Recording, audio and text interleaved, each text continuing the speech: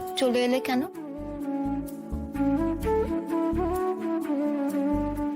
তুমি কেমন আছো লাজু?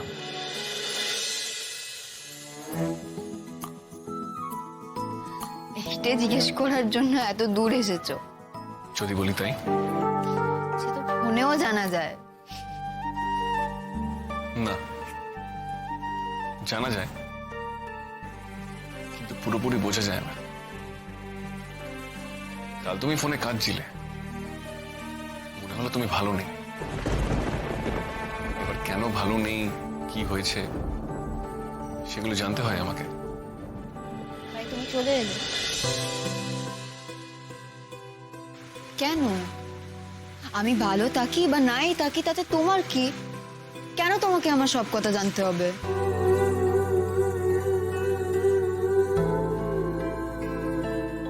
আমার যে কি সেটা তো আমি নিজেও বুঝে উঠতে পারিনি লাজু।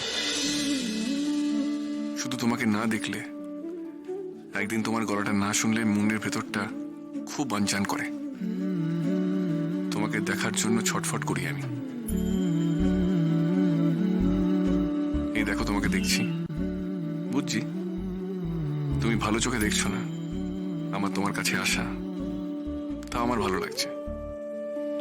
তুমি আমার সামনে বসে আছো, নড়ছো চড়ছো, একটু হাসছো, এটাই আমার ভালো লাগছে।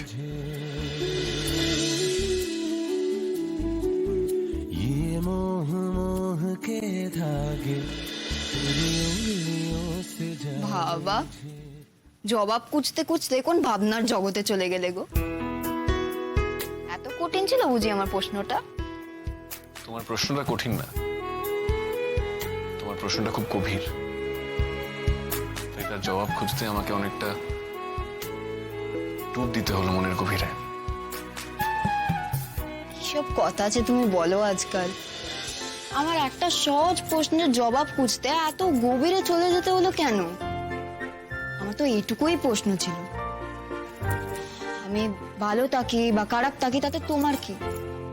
দেখো, আমি তোমার কেউ না, তুমিও আমার কেউ না, তবে তুমি আবার কথা জানতে এত দূরে কেন চলে এলে?